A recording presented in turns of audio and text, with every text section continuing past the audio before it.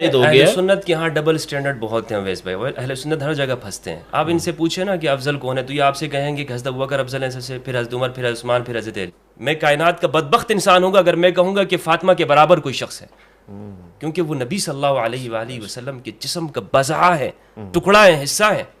ہم ان کے برابر کسی کو نہیں کر سکتے. یعنی آپ کہہ رہے ہیں کہ تمام اصحاب رسول میں سب سے زیادہ افضل مکرم ہے جناب سیدہ فاطمہ زہرا. اصحاب رسول امہات المؤمنین, کائنات کی ہر شخصیت سے انبیاء کرام کے بعد نبی صلی اللہ علیہ وآلہ وسلم کا جو مقام ہے تمام انبیاء میں, اسی کے ساتھ فاطمہ الزہرا علیہ السلام ہے. کیوں؟ اس لیے کہ وہ نبی کے جسم کا حصہ ہے, نبی سے الگ نہیں ہے. نبی کے گوشت کا, نبی کے خون کا, نبی کے شہرت کی کیا قیمت ہے؟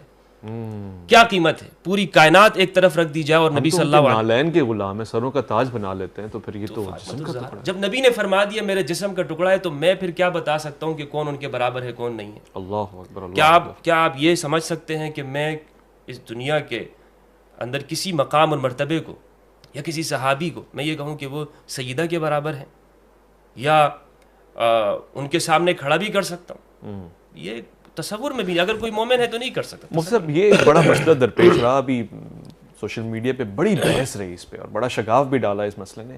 میں نام نہیں لیتا مگر آپ کو علم ہے, ایک صاحب اٹھے, بڑے خطیب تھے, عالم فاضل, اپنے طبقے میں ایک بڑا اعجاز رکھتے ہیں. انہوں نے اٹھا کے ایک بیان دے دیا کہ جناب سیدہ معاذ اللہ, میں اپنے ذہن میں بڑی مجال کر رہا ہوں, جرت کر رہا ہوں, آپ سے خطا ہوئی ہے. اس پہ اہل سنت کا اور ایک ایسے انسان کا جو اہل بیت سے بہت محبت رکھتا ہے, فرقے سے ہٹ کے, اس کا کیا موقف ہونا چاہیے؟ جناب سیدہ آپ فرما رہے ہیں کہ سب سے افضل ہیں, پھر خطا کا تصور. جی, پہلے ایک بات کی وضاحت کر دوں کہ میں نے گزارش کی کہ سلام اللہ علیہ کہا جائے تاکہ دونوں راضی ہو جائیں. تو چونکہ آپ ہی اہل علم ہیں اور مفتی صاحب بھی, اس بارے میں یہ ہے کہ جب علماء کا کسی بات میں اختلاف ہو تو ایسی تطبیق نکالنی چاہیے تاکہ دونوں کے مسئلے پر عمل ہو جائے. میری مراد یہ تھی, شاید آپ جی آپ دوسری طرف چلیں گے. جی, آپ نے صحیح کہا. اگر آپ چاہیں گے تو میں اس شخصیت کا نام بھی لے لوں. جی, وہ محترم جناب ڈاکٹر آصف اشرف جلالی صاحب ہیں. جلالی صاحب نے جو موقف بیان کیا یا جس طرح کی تقریر کی, وہ اہل سنت کا اپنا ایک مذہب ہے کہ انبیاء علیہ السلام کے علاوہ کوئی بھی خطا سے, گناہوں سے معصوم نہیں ہے.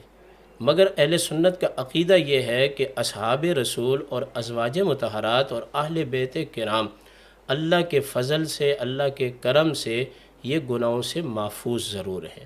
معصوم کا جو تعلق ہے وہ انبیاء علیہ السلام کے ساتھ ہے. یعنی محفوظ عن الخطا اور معصوم عن الخطا یہ دو الگ الگ, اس میں فرق ہے. ٹھیک ہے, ٹھیک ہے. محفوظ عن الخطا وہ ہوتا ہے یعنی کہ اس میں امکان ہوتا ہے مگر کرتا نہیں, کرتا نہیں. اللہ اپنے فضل سے محفوظ رکھتا ہے.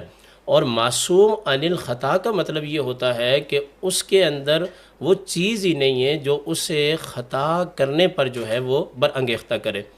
اصل میں وہ جو بات ڈاکٹر صاحب نے کہی تھی وہ ایک سمجھیں کہ ان کی باڈی لینگویج جو تھی وہ بالکل ٹھیک نہیں تھی, درست نہیں تھی. اگرچہ موقف اہل سنت کا وہی ہے. دیکھیں اس کے اندر جب وہ آگے حد سے بڑھے تو انہوں نے یہاں تک بھی کہا کہ سادات کو مروڑ ہو رہا ہے, یہ ہو رہا ہے, وہ ہو رہا ہے. تو یہ پنجابی زبان میں مروڑ کس کو کہتے ہیں, کیا ہے کیا نہیں. لیکن میں سمجھتا ہوں کہ اویس ربانی صاحب اعتدال کی رائے یہ ہے کہ دونوں جانب سے اس معاملے کے اندر بے اعتدالیاں ہوئیں, اور ان بے اعتدالیوں کی وجہ سے اہل سنت جو ہے وہ دو حصوں میں تقسیم ہو گئے. میں نام نہیں لوں گا, شاید وہ آپ کے بھی دوست ہوں اور بہت بڑے آدمی ہیں, اس کراچی شہر میں رہتے ہیں. ہم ایک مقام میں بیٹھے ہوئے تھے تو انہوں نے کہا کہ جب آپ کو ڈاکٹر آصف جلالی صاحب کے لوگ رافضی کہیں تو جواباً آپ ان کو ناسبی کہنا. وہ دن ہے, آج کا دن ہے, اگر یہ کلپ چلے گا تو ان لوگوں تک پہنچ جائے گا. ان کا ایک بڑا نام ہے, بڑی کتابیں لکھی ہیں اور ایک عظیم کتاب لکھی ہے. وہ دن ہے اور آج کا دن ہے. میں نے ان کی محفل کو چھوڑ دیا. کیوں چھوڑ دیا؟ کہ جب وہ ہمیں رافضی کہیں تو ہم کسی کو جواب میں ناسبی نہیں کہہ سکتے. جب ہم رفض اور نسب کا فتویٰ لگائیں گے تو یہ تحقیق اور دلائل کی بنیاد پر لگائیں گے, ہم اس میں شدت اختیار نہیں کریں گے. لیکن اہل سنت کا موقف یہ ہے انبیاء علیہ السلام کے علاوہ جو ہے وہ کوئی بھی گناہوں سے معصوم نہیں ہے. لیکن یہ کہنا امکان ہے, اس کا یہ مطلب ہرگز نہیں ہے کہ وہ گناہ کرتے ہیں. یعنی امکان کا ہونا اور چیز ہے, چونکہ اس میں نبی اور غیر نبی میں بھی فرق ہونا چاہیے. دو اصطلاحات آپ نے ذکر کی. اور دوسری بات یہ ہے جو قبلہ مفتی صاحب نے اپنا موقف پیش کیا کہ تمام انبیاء علیہ السلام کے بعد بی بی پاک سیدہ فاطمۃ الزہرا رضی اللہ تعالی عنہا ہیں، اس میں کوئی شک نہیں ہے، امام مالک کا بھی یہ فتویٰ ہے، لیکن خود رسول خدا صلی اللہ تعالی علیہ وسلم نے 4 خلفائے راشدین کو اپنے بعد افضل قرار دیا، اور امت کا اسی پر معاملہ چلا ہوا آ رہا ہے، اور اس کے بعد پیغمبر نے کسی جگہ پہ بھی نہیں کہا ہے، اور اس کے بعد آپ یہ روایت پیش کر سکتے روایت نہیں ہے، اس کے بعد جو ہے وہ عشرہ مبشرہ ہیں، عشرہ مبشرہ کے بعد جو ہیں نقبائے اولیٰ ہیں۔ حضرت فاطمۃ الزہرا رضی اللہ تعالی عنہا کو ہم اس طرح بیان کر کے اصحاب رسول کے ساتھ ملا کر کے کہیں ہماری گفتگو سے کوئی یہ نتیجہ اخذ نہ کرے کہ معاذ اللہ یہ سیدنا صدیق اکبر سے بھی افضل سمجھتے ہیں۔ رسول گرامی صلی اللہ علیہ وسلم کی ذات اقدس، ان کا جسم اقدس، ان کے خون کا ہونا، اس میں کوئی اختلاف روایت نہیں پیش کر سکتے ہیں؟ میں ان سے روایت لے لوں کہ بعد مکمل ہو۔ اگر روایت ہے جیسے کہ آپ فرما رہے ہیں کہ ایسی کوئی روایت نہیں جس میں جناب سیدہ سے اوپر کسی اور کو مقام اور درجہ دیا گیا۔ دیکھیں حضرت ابوبکر رضی اللہ تعالی عنہ ہمارے سر کے تاج ہیں، بے شک ایسے ہی ہے، ٹھیک ہے، ہم ان سے محبت کرتے ہیں، ان کی تعظیم کرتے ہیں، لیکن وہ ابو قحافہ کے بیٹے ہیں، فاطمہ بنت محمد اللہ اکبر صلی اللہ علیہ وآلہ وسلم، خود دیکھ لیں۔ نہیں، اس پہ دیکھیں تو سیدنا صدیق اکبر رضی اللہ تعالیٰ عنہ چونکہ مرد ہیں، اور مردوں کے بارے میں قرآن کریم نے کہا ہے الرجال قوامون علی النساء۔ میں یہ اس کو کسی تفرقہ کی طرف نہیں لے کے جا رہا، مفتی صاحب ہمارے دوست ہیں، لیکن سمجھنے کے لیے ہماری گفتگو سے کوئی نتیجہ اسی طرح اخذ کرے گا کہ جس طرح جلالی صاحب کو ناسبی بنا دیا اور ان کے مد مقابل کو رافض بنا دیا۔ میں اس کو کلیئر کر دوں، آپ یہ کہنا چاہ رہے ہیں کہ جناب حضرت ابوبکر صدیق رضی اللہ تعالیٰ عنہ کا مقام سب سے افضل ہے، اور 4 خلفاء ان کے بعد جناب سیدہ کا نام آتا ہے، اگر میں صحیح سمجھاؤں تو مقام فضیلت میں یہ ترتیب ہے؟ نہیں، مقام فضیلت میں دیکھیں خواتین کے اندر خود رسول خدا نے فرمایا کہ سیدہ فاطمۃ الزہرا تمام کی سردار ہیں سوائے ختیجہ کے اور سوائے مریم کے۔ تو میں یہ کہنا چاہتا ہوں کہ قبلہ مفتی صاحب کا موقف اپنے تئیں ٹھیک ہے، ان کی اپنا جو تحقیق ہے، لیکن ان کی بات کے اندر نقص تو یہاں ہی وارد ہو گیا۔ اہل سنت کے ہاں ڈبل سٹینڈرڈ بہت ہیں اویس بھائی، اہل سنت ہر جگہ پھنستے ہیں۔ آپ ان سے پوچھیں نا کہ افضل کون ہے تو یہ آپ سے کہیں گے کہ حضرت ابوبکر افضل ہیں سب سے، پھر حضرت عمر، پھر عثمان، پھر حضرت علی، ٹھیک ہے، پھر عشرہ مبشرہ۔ تو سیدہ کہاں ہے؟ امام حسن کہاں ہے؟ امام حسین کہاں؟ جو سیدہ شباب اہل الجنہ ہے وہ کہاں پر ہیں؟ اور پھر عشرہ مبشرہ میں یہ حدیث ہے، اس میں 10 نام ہیں اور یہ سب قریش کے ہیں۔ امام علی علیہ السلام واحد ہے جو بنی ہاشم کے ہیں، باقی سارے قریش کے افراد ہیں، کوئی ایک انصاری صحابی اس میں نہیں ہے۔ انصار صحابہ کی کیا فضیلت ہے؟ جن سے محبت رکھنا ایمان ہے اور بغض کرنا نفاق ہے، جنہوں نے اسلام کے لیے سب سے زیادہ قربانیاں دی۔ قریش جو مہاجر طبقہ تھا انہیں اپنے گھروں کے اندر لا کے ٹھہرایا، ان کے لیے اپنی بیویاں تک طلاق کرنے کی انہوں نے اپنی اجازت دے دی۔ اس طبقے کا کوئی ذکر نہیں ہے۔ قرآن مہاجر اور انصار دونوں کا ذکر کرتا ہے، السابقون الاولون من المہاجرین والانصار، لیکن اہل سنت کا ہمیشہ اصول رہا یہ کہ یہ ان لوگوں کی تعریف زیادہ کرتے ہیں کہ جو مہاجر طبقے میں سے ہیں، جو بلکہ اس میں بھی جو زیادہ جو آخر زمانے میں آئے۔ یعنی آپ دیکھ لیں، یہ کبھی بھی اپنی تقریروں میں سعد بن عبادہ کا ذکر نہیں کریں گے، یہ کبھی بھی ایوب انصاری کو نہیں رکھیں گے، اس کا بیان نہیں کریں گے یہ لوگ۔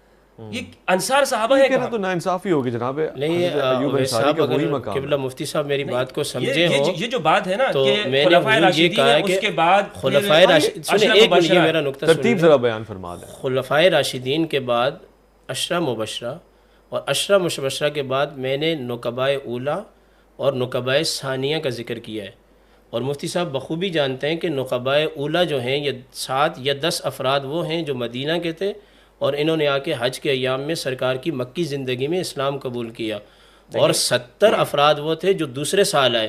تو ہم آلریڈی مہاجرین صحابہ کی تعریف تو کر رہے ہیں، لیکن بات یہ ہے کہ قبلہ مفتی صاحب یہ بھی تو ہمیں بتائیں نا کہ جو مرد تھے اصحاب رسول، ان کی فضیلت کو مفسرین کرام نے بھی بیان کیا، محدثین کرام نے بھی بیان کیا۔ میں نہیں کر رہا، یہ شروع سے کیا ہوا آ رہا ہے، لیکن مجھے یہ بتائیں نا کہ خواتین کی بھی کیٹیگری مفسرین کرام نے بنائی ہو، سوائے اس کے کہ جو سرکار دو عالم صلی اللہ علیہ وسلم کی حدیثیں ہیں، یہ بھی تو ہمیں بتایا جائے نا۔ اور پھر مفتی صاحب نے کہا پڑھا ہے، مفسرین کو چھوڑیں، جب قرآن نے بیان کر دیا ایک سابق طبقہ ہے، ایک ان میں مہاجر اور ایک انصار طبقہ ہے، قرآن نے بیان کر دیا، آپ مفسرین کی کیا بات کرتے ہیں؟ آپ نے خود ابھی فرمایا کہ فاطمۃ الزہرا سلام اللہ علیہا ان کی ولادت نبوت سے 5 سال پہلے ہوئی ہے۔ جی بے شک۔ تو سابقون اولون ان سے زیادہ کون ہو سکتا ہے جو نبوت کے گھر میں؟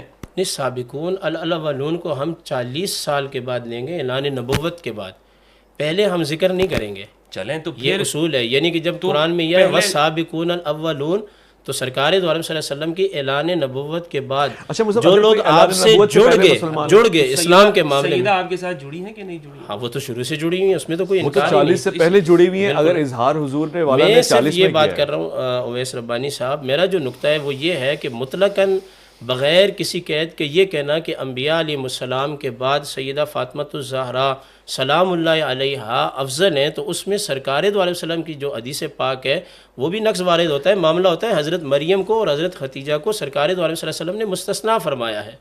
تو اس میں دیکھیں نا، اگر نام لے کے مستثنیٰ فرمایا، نام لے کے، اگر اس میں اگر میرے مستدرک کے اندر روایت اہل سنت میں کوئی بات ہوتی تو میں نے آپ سے یہ کہا ہے کہ امام مالک کے نزدیک ہاں آپ افضل ہیں. جی روایت کیا پیش فرما رہے ہیں؟ روایت یہ ہے کہ مردوں میں سے انبیاء آئے، کاملین آئے، اور خواتین میں 4 آئیں، 4 کاملین ہیں. اس میں جو حضرت عیسیٰ علیہ السلام کی والدہ ہیں مریم ہیں، اور آسیہ ہیں، اور اسی طرح ختیجہ اور فاطمۃ الزہرا علیہ السلام. یہ 4 مستدرک کی روایت ہے. یہ 4 خواتین کا نبی صلی اللہ علیہ وآلہ وسلم نے نام لیا ہے کہ یہ عورتوں میں کاملین ہیں.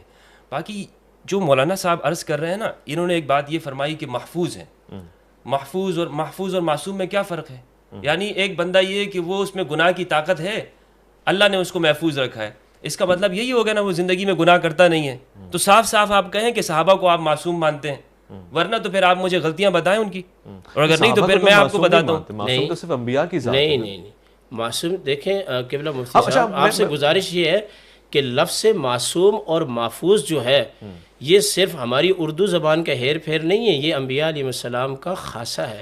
اور انہوں نے اچھے کے طریقے سے پڑھا ہے، جامی میں پڑھا ہے خاصۃ الشیء یوجد فیہ ولا یوجد فی غیرہ. یہ بات کا خاصہ اسی میں پایا جاتا ہے، اس کے غیر میں نہیں پایا جاتا. اس بات سے جاتا. متفق نہیں ہوں کہ اہل سنت کہتے ہیں کہ انبیاء معصوم ہیں. اہل سنت میں خطا اجتہادی انبیاء کی طرف بھی ہے. اللہ اکبر. ہاں کہ انبیاء سے بھی غلطیاں ہو جاتی ہیں، اجتہاداً ہیں ان کی غلطیاں. تو یہ خطا اہل سنت کا، بریلیوں کا، دیوبندی اس کے قائل نہیں ہے. اچھا. ہاں بریلوی اس کو مانتے ہیں. علامہ انبیاء سے بھی خطا ہو، انبیاء سے خطائیں ہوتی ہیں، بلکہ غلطیاں گنوائی ہیں. ہمارے استاد محترم علامہ غلام رسول سعیدی رحمہ اللہ، انہوں نے تفسیر تبیان القرآن کے اندر جہاں حضرت آدم علیہ السلام کا جو واقعہ ہے اس میں خطا اجتہادی کا ایک پورا عنوان قائم کیا ہے کہ حضرت آدم علیہ السلام سے اور انبیاء کرام سے کون سی خطائیں اجتہادی خطائیں ہوئی ہیں، حضرت موسیٰ علیہ السلام سے کون سی خطائیں. یہ اہل سنت اس لیے یہ ڈبل سٹینڈرڈ